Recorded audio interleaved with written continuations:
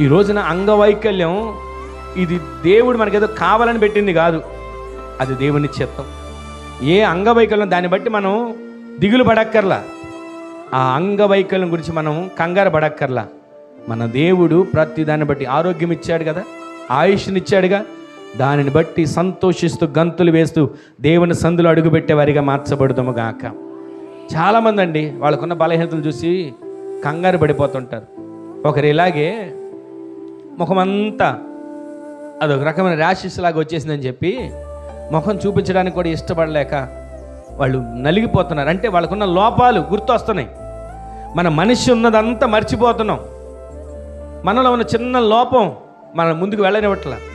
ఈ రోజున ఆత్మీయ జీవితంలో ఏ లోపం మీకు ఆటంకంగా ఉందో, ఆత్మీయ జీవితంలో ఇదిగో ఎదగలేని స్థితిలో ఏ లోపం మీకు ఆటంకంగా ఉందో, ఆ లోపాలన్నీ దేవుడు సరిచేయును గాక.